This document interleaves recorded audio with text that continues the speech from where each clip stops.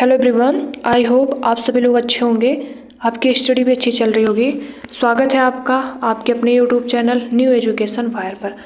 आज की क्लास में हम लोग क्लास 8 की एनसीईआरटी साइंस एनसीईआरटी में चैप्टर नंबर 6 को कंप्लीट करेंगे और चैप्टर नंबर 6 है दहन और ज्वाला। ठीक है, इसके पहले हम लोगों ने 1 से लेकर 5 तक के चैप्टर को कंप्लीट किया और अभी आप लोग क्वेश्चन की प्रैक्टिस भी कर रहे होंगे क्योंकि प्रैक्टिस मेक्स परफेक्ट। ठीक है, जितना हो सके उतना क्वेश्चन की प्रैक्टिस करिए। अभी हम लोग पढ़ते हैं चैप्टर 6 दहन और ज्वाला। इस चैप्टर में हम लोग क्या क्या पढ़ेंगे, दहन क्या होता है इसको समझेंगे और इसके बाद इसमें हम लोग पढ़ेंगे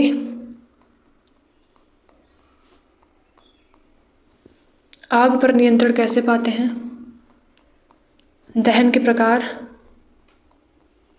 ज्वाला की संरचना मोस्ट इम्पोर्टेंट, और ईंधन दक्षता, ईंधन क्या है, विभिन्न ईंधनों के ऊष्मीयमान, ईंधन के दहन से हानिकारक उत्पाद प्राप्त होते हैं, फिर उससे क्या प्रभाव पड़ता है हम लोग उसे समझेंगे और इसी के साथ ये चैप्टर कंप्लीट हो जाएगा। ठीक है, अभी पहले हम इस चैप्टर को पढ़ते हैं और समझते हैं कि क्या दिया गया इसमें। देखिए, कुछ ईंधन के नाम जैसे गोबर, लकड़ी, कोयला, कास्ट कोयला, पेट्रोल, डीजल, संपीड़ित प्राकृतिक गैस सीएनजी। अब हम समझते हैं दहन क्या है। हमने क्लास 7 के एनसीईआरटी में देखा था, मैग्नीशियम दहन के क्रियाकलाप को देखा था। मैग्नीशियम जलकर मैग्नीशियम ऑक्साइड बनाता है और ऊष्मा तथा प्रकाश उत्पन्न करता है। इसी प्रकार का क्रियाकलाप कास्ट कोयले के टुकड़े को लेकर करेंगे तो फिर क्या होगा उससे, कास्ट कोयला जो है वो वायु में चलेगा और हम जानते हैं कि कास्ट कोयला वायु में चलकर कार्बन डाइऑक्साइड, ऊष्मा और प्रकाश देता है। ठीक है, मैग्नीशियम का दहन। रासायनिक प्रक्रम जिसमें पदार्थ ऑक्सीजन से अभिक्रिया कर ऊष्मा देता है उसे क्या बोलते हैं, दहन कहते हैं। जिस पदार्थ का दहन होता है वह दाह कहलाता है और इससे ईंधन भी कहते हैं। ईंधन ठोस, द्रव या गैस हो सकता है। कभी कभी दहन के समय ज्वाला के रूप में अथवा एक लौ के रूप में प्रकाश भी उत्पन्न होता है। मैग्नीशियम और काष्ठ कोयला क्या है, दाह पदार्थ है। जैसे हमारे शरीर के लिए भोजन क्या है, एक ईंधन है। अब यहाँ पर दाह और अदाह पदार्थ क्या है, लकड़ी दाह है, कागज भी, लोहे की कील अदाह है, मिट्टी का तेल, पत्थर का टुकड़ा, स्ट्रॉ तो ये अदाह ही है, कास्ट कोयला दाह, माचिस की तीलियाँ, कांच अदाह। यहाँ पर कुछ क्रियाकलाप बताए जा रहे हैं। 3 स्थिति हैं। एक में क्या है, ये कुछ लकड़ी के गुटके के ऊपर रख दिया गया जिसमें से वायु यहाँ से प्रवेश करेगी। इससे क्या स्पष्ट होगा कि दहन प्रक्रम में वायु की भूमिका होती है। ठीक है, अब वायु इसमें प्रवेश किया तो अभी ये पूरा जल रहा है और यहाँ पर जब वायु प्रवेश नहीं कर रहा है तो फिर ज्वाला में कंपन होने लगता है और इस प्रकार से जब ढक दिया जाता है तो फिर इसमें ये जलता ही नहीं है। अभी आगे यहाँ समझाया जा रहा है इसे। दहन के लिए वायु आवश्यक होता है। ए में क्या हुआ कि मोमबत्ती निर्बाध रूप से जलती है जबकि वायु चिमनी में नीचे प्रवेश कर सकती है, और बी में जब चिमनी में नीचे से वायु प्रवेश नहीं कर पाती तो ज्वाला में कंपन होता है और धुआं उत्पन्न होता है। और अवस्था सी में ज्वाला बुझ जाती है क्योंकि उसे वायु उपलब्ध नहीं हो पाती। देखिए, सूर्य में ऊष्मा और प्रकाश नाभिकीय अभिक्रियाओं द्वारा उत्पन्न होते हैं। आगे हम लोग इसको पढ़ेंगे भी।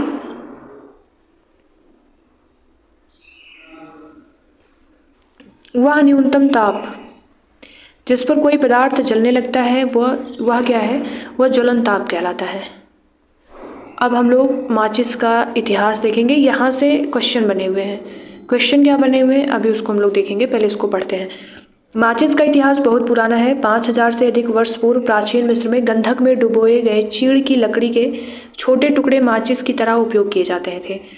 आधुनिक निरापद माचिस का विकास लगभग 200 वर्ष पूर्व हुआ था। एंटीमनी, ट्राइसल्फाइड, पोटेशियम क्लोरेट और श्वेत फास्फोरस का मिश्रण, कुछ यही मिश्रण ही पूछा गया था।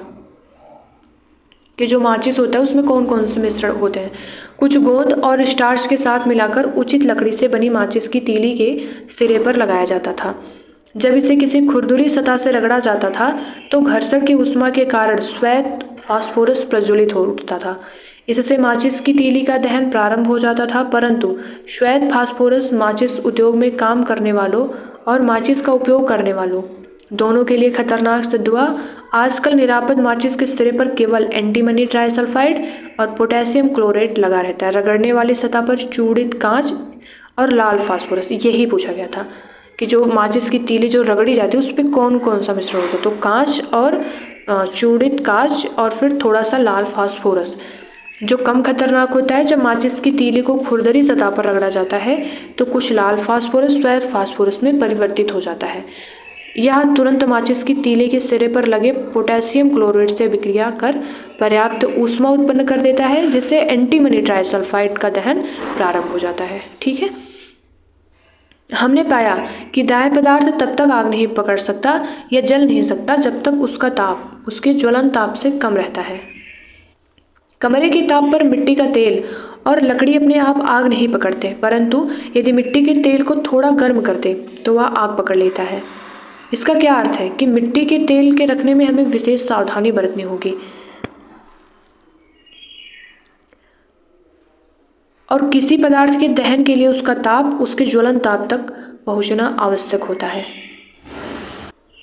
जिन पदार्थों का ज्वलन ताप बहुत कम होता है और जो ज्वाला के साथ सरलता पूर्वक आग पकड़ लेते हैं उन्हें क्या बोलते हैं, ज्वलनशील पदार्थ कहते हैं। ज्वलनशील पदार्थों के उदाहरण जैसे पेट्रोल, अल्कोहल, द्रवित पेट्रोलियम गैस मतलब कि एलपीजी। ठीक है, अब हम आग पर नियंत्रण कैसे पाते हैं। जल ज्वलनशील पदार्थों को ठंडा करता है, जिससे उसका ताप उसके ज्वलन ताप से कम हो जाता है। ऐसा करने से आग का फैलना रुक जाता है। जलवाष्प ज्वलनशील पदार्थ को घेर लेता है, जिससे वायु की आपूर्ति बंद हो जाती है और आग बुझ जाती है। आग को उत्पन्न करने के लिए 3 आवश्यकताएं होती हैं। कौन कौन सी? ईंधन, वायु मतलब ऑक्सीजन आपूर्ति हेतु और ऊष्मा ईंधन का ताप उसके ज्वलन ताप से अधिक करने हेतु। इनमें से एक या अधिक आवश्यकताओं को हटाकर आग को नियंत्रित किया जा सकता है। ठीक है, आग बुझाने वाले कार्य वायु का प्रवाह काटना या फिर ईंधन का ताप कम करना या दोनों होते हैं। अधिकांश स्थितियों में ईंधन को हटाया नहीं जा सकता। उदाहरण के लिए यदि किसी भवन में आग लगती है तो संपूर्ण भवन ही ईंधन होता है। अग्निशामक, जल सबसे अधिक प्रचलित अग्निशामक है, परंतु जल तभी कार्य कर पाता है जब लकड़ी और कागज जैसी वस्तुओं में आग लगी हो। यदि विद्युत उपकरणों में आग लगी हो तो जल विद्युत का चालन कर सकता है और आग बुझाने वालों को हानि हो सकती है।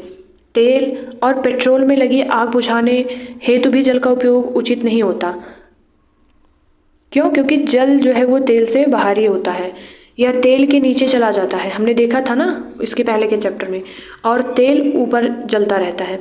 विद्युत उपकरण और पेट्रोल जैसे ज्वलनशील पदार्थों में लगी आग के लिए कार्बन डाइऑक्साइड सबसे अच्छा अग्निशामक है और ऑक्सीजन से भारी होने के कारण कार्बन डाइऑक्साइड आग को एक कंबल की तरह लपेट लेती है। इससे ईंधन और ऑक्सीजन के बीच संपर्क टूट जाता है, अतः आग पर नियंत्रण हो जाता है। कार्बन डाइऑक्साइड का अतिरिक्त लाभ है कि सामान्यतः यह विद्युत उपकरणों को कोई हानि नहीं पहुंचाती। हमें कार्बन डाइऑक्साइड की आपूर्ति कहाँ से मिलती है? उच्च दाब पर यह द्रव के रूप में सिलेंडरों में भरी जा सकती है। एलपीजी किस रूप में सिलेंडरों में रखी जाती है? सिलेंडर से छोड़े जाने पर कार्बन डाइऑक्साइड बहुत अधिक फैलती है और ठंडी हो जाती है। यह न केवल आग को चारों ओर से घेर लेती है बल्कि ईंधन के ताप को भी नीचे ले आती है, इसलिए अति उत्तम अग्निशामक है।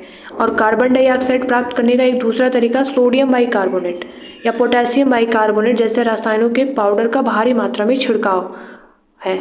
आग के निकट इन पदार्थों से बहुत सी कार्बन डाइऑक्साइड गैस निकलती है जो आग को बुझा देती है। फिर दहन के प्रकार कौन कौन से हैं?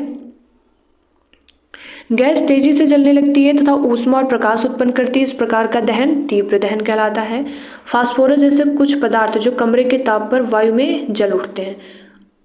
ठीक है, इस प्रकार का दहन जिसमें पदार्थ बिना किसी प्रत्यक्ष कारण के अचानक लपटों के साथ जल उठता है वह स्वतः दहन कहलाता है।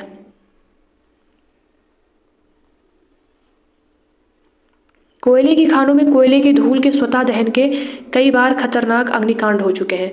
जंगल के स्वतः अग्निकांड कभी अधिक गर्मी के कारण होते हैं, कभी आकाश से बिजली गिरने से होते हैं, परंतु जंगल में आग अधिकतर मनुष्य की लापरवाही से लगती है। जंगल में यदि आप पिकनिक अथवा शिविर में जाते हैं तो कैंप फायर का आयोजन करते हैं, तो स्थान छोड़ने से पूर्व आग को पूर्णतया बुझाना अवश्य याद रखना होगा। अब विस्फोट क्या है? हम त्योहारों पर अक्सर आतिशबाजी करते हैं। जब पटाखे को जलाते हैं तो एक आकस्मिक अभिक्रिया होने से ऊष्मा, प्रकाश और ध्वनि पैदा होती है। अभिक्रिया में बनी गैस बड़ी मात्रा में निकलती है और इस प्रकार की अभिक्रिया क्या कहलाती है? विस्फोट कहलाती है। ज्वाला, ज्वालाएं विभिन्न प्रकार की होती हैं, जैसे ये देखिए, मिट्टी के तेल के लैंप की ज्वाला, मोमबत्ती की ज्वाला और ये बुनसन बर्नर की ज्वाला है। ज्वाला की संरचना, ज्वाला का निर्माण कैसे होता है? दहन के समय जो पदार्थ वाष्पित होते हैं वे ज्वाला का निर्माण करते हैं। उदाहरण के लिए मिट्टी का तेल और पिघली हुई मोमबत्ती के साथ साथ ऊपर उठते हैं और दहन के समय वाष्पित होकर ज्वाला का निर्माण करते हैं। इसके विपरीत लकड़ी का कोयला वाष्पित नहीं होता और कोई ज्वाला नहीं देता है। मोमबत्ती की ज्वाला के विभिन्न क्षेत्र, ये तो मोमबत्ती है, फिर ये बिना जली मोमबत्ती का सबसे आंतरिक क्षेत्र, काला भाग, और फिर सबसे कम गर्म इसके ऊपर वाला भाग। इसके बाद आंशिक दहन वाला मध्य भाग, ये किस कलर का होता है? पीला। और ये वाला जो भाग है कम गर्म होता है। और फिर पूर्ण दहन का बाह्य क्षेत्र, ये जो बाह्य वाला होता है नीला, और सबसे गर्म भाग यही होता है नीला वाला। ईंधन क्या है?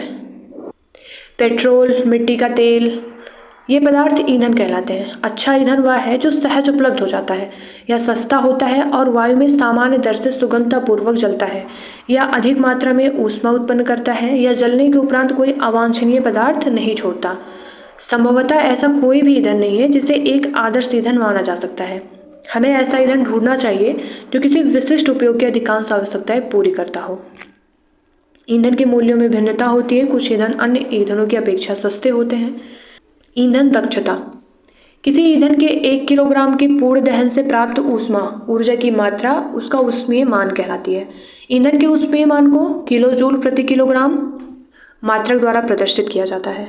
ठीक है, और यहाँ पर कुछ ईंधनों के ऊष्मीय मान दिए गए हैं। गोबर के उपले 6000 से 8000, फिर लकड़ी 17000 से 22000, फिर कोयला, पेट्रोल, मिट्टी का तेल, डीजल, मीथेन, CNG, LPG, जैव गैस और फिर ये हाइड्रोजन।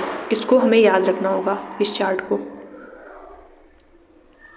ईंधन के दहन से हानिकारक उत्पाद प्राप्त होते हैं और फिर इससे क्या प्रभाव पड़ता है? लकड़ी, कोयले और पेट्रोल जैसे कार्बन ईंधन बिना जले कार्बन कण छोड़ते हैं। ये सूक्ष्म कण खतरनाक प्रदूषक होते हैं जो दमा जैसे श्वास रोग उत्पन्न करते हैं। इन ईंधनों का अपूर्ण दहन कार्बन मोनोऑक्साइड CO गैस देता है या अत्यंत विषैली गैस है। बंद कमरे में कोयला जलाना खतरनाक होता है। उत्पन्न कार्बन मोनोऑक्साइड गैस से कमरे में सो रहे व्यक्तियों की मृत्यु भी हो सकती है। हम लोग खबरों में सुनते भी रहते हैं इस प्रकार। अधिकांश ईंधनों के दहन से पर्यावरण में कार्बन डाइऑक्साइड गैस निकलती है। वायु में कार्बन डाइऑक्साइड गैस की अधिक मात्रा संभवतः विश्व उष्णन, ग्लोबल वार्मिंग का कारण बनती है। और कोयले और डीजल के दहन से सल्फर डाइऑक्साइड गैस निकलती है। यह अत्यंत दमघोटू और संक्षारक गैस है। इसके अतिरिक्त पेट्रोल इंजन नाइट्रोजन के गैसीय ऑक्साइड छोड़ते हैं। सल्फर और नाइट्रोजन के ऑक्साइड वर्षा जल में घुल जाते हैं। किसके ऑक्साइड? सल्फर और नाइट्रोजन PyQ तथा अम्ल बनाते हैं। ऐसी वर्षा अम्ल वर्षा कहलाती है जो फसलों, भवनों और मृदा के लिए बहुत हानिकारक होती है। मोटर वाहनों में ईंधन के रूप में डीजल और पेट्रोल का स्थान अब CNG ले रही है, क्योंकि CNG सल्फर और नाइट्रोजन के ऑक्साइडों का उत्पादन अल्प मात्रा में करती है। CNG एक अधिक स्वच्छ ईंधन है कंपेयर टू डीजल और पेट्रोल। इसी के साथ हम लोगों ने चैप्टर नंबर 6 को कंप्लीट किया और हम लोगों ने अम्ल वर्षा पढ़ा। किसके कारण होता है? ये सल्फर और नाइट्रोजन के ऑक्साइड। फिर ऊष्मीय मान को देखा हम लोगों ने, चार्ट, दहन, विस्फोट को समझा, वनोन्मूलन, ज्वाला पूरा समझा हम लोगों ने। फिर अग्निशामक, ईंधन, ईंधन दक्षता क्या है, विश्व उष्णन, आदर्श ईंधन क्या होता है, ज्वलन ताप, ज्वलनशील पदार्थ कौन कौन से हैं, अब हम लोग पहले देखते हैं सारांश और इसी के साथ हम लोगों का एक रिवीजन भी हो जाएगा इस चैप्टर का। ठीक है। जो पदार्थ वायु में जलते हैं क्या कहलाते हैं? दाह्य। दहन के लिए ऑक्सीजन की आवश्यकता है। दहन के प्रक्रिया में ऊष्मा और प्रकाश उत्पन्न होते हैं। ज्वलन ताप वह निम्नतम ताप है जिस पर दाह्य पदार्थ आग पकड़ लेता है और ज्वलनशील पदार्थों का ज्वलन ताप बहुत कम होता है। आग उत्पन्न करने हेतु आवश्यकताओं में से एक या अधिक को हटाकर आग पर नियंत्रण पाया जा सकता है। आग पर नियंत्रण पाने हेतु सामान्यतः जल का प्रयोग किया जाता है और विद्युत उपकरणों और तेलों में लगी आग को नियंत्रित करने के लिए जल का उपयोग नहीं किया जाता। दहन विभिन्न प्रकार के जैसे तीव्र दहन, स्वतः दहन और विस्फोट। ज्वाला के 3 भिन्न क्षेत्र होते हैं: अदीप्त क्षेत्र, दीप्त क्षेत्र और ज्योतिहीन क्षेत्र। आदर्श: सस्ता, आसानी से उपलब्ध, आसानी से जलने वाला और आसानी से वहन योग्य है। इसका ऊष्मीय मान उच्च होता है। यह ऐसी गैसें या अवशेष नहीं छोड़ता जो पर्यावरण को प्रदूषित करते हों। ईंधनों की दक्षता और मूल्य परस्पर भिन्न हो सकते हैं। ईंधन दक्षता को ऊष्मीय मान द्वारा प्रदर्शित किया जाता है जिसका मात्रक क्या है? किलो जूल प्रति किलोग्राम। वायु में बिना जले कार्बन कण खतरनाक प्रदूषक होते हैं और श्वसन कष्टों को उत्पन्न करते हैं। ईंधन के अपूर्ण दहन से विषैली कार्बन मोनोऑक्साइड गैस बनती है।